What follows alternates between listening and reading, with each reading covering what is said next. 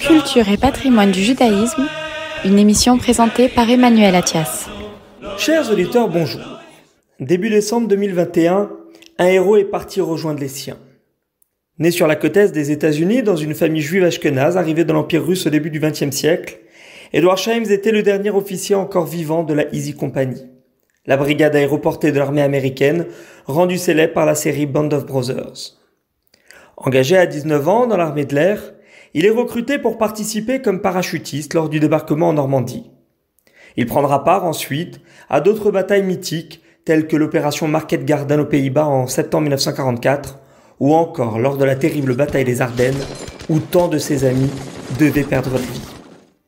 Marqué en tant que juif par l'horreur des camps, il rapportera aux médias avoir été le premier soldat US à pénétrer dans celui de Dachau. La vision des détenus décharnés et les montagnes de cadavres sans sépulture lui laisseront un souvenir d'effroi. Des épreuves qui le rendront, lui et ses camarades, plus déterminés encore à abattre le Troisième Reich. Sa vengeance personnelle consistera, 2 décennies plus tard, à siroter, à l'occasion de la bar mitzvah de son fils aîné, une bouteille de whisky prise à Berchtesgaden dans le nid d'aigle d'Hitler.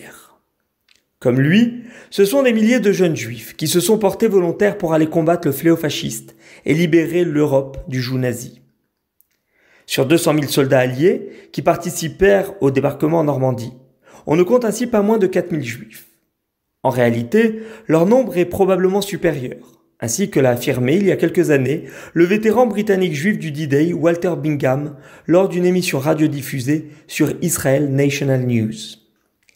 Mais beaucoup parmi eux hésitent alors à se déclarer comme juifs auprès de l'armée.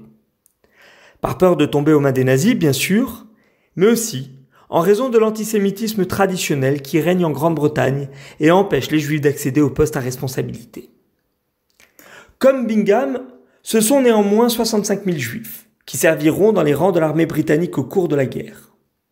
3 000 dans la Royal Navy et plus de 25 000 dans la prestigieuse Royal Air Force, redoutée pour ses bombardements précis sur les grands centres industriels de l'Allemagne.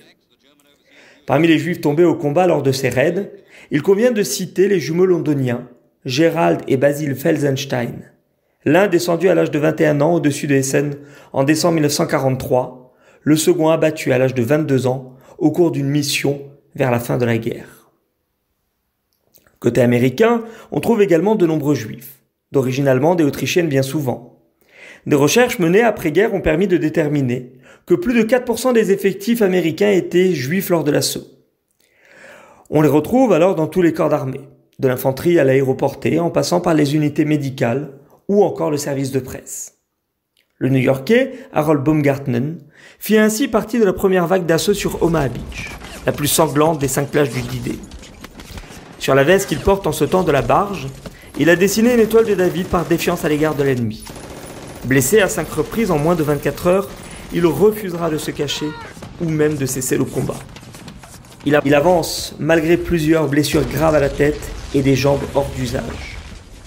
En tout, une vingtaine d'opérations chirurgicales seront nécessaires après son rapatriement en Angleterre pour lui rendre son visage et la mobilité de ses membres inférieurs.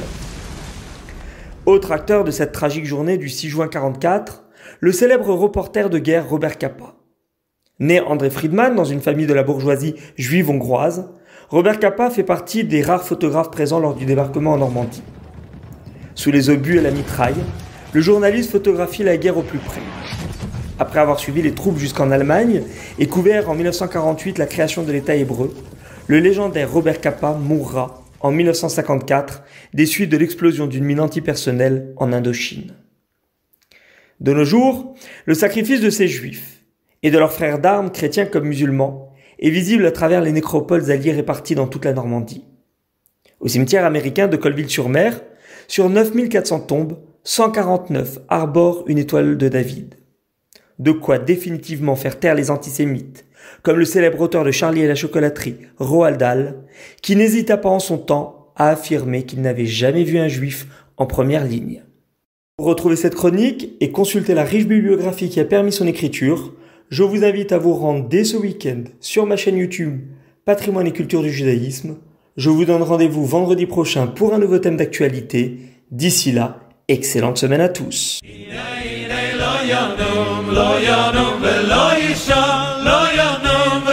Culture et patrimoine du judaïsme, une émission présentée par Emmanuel Attias.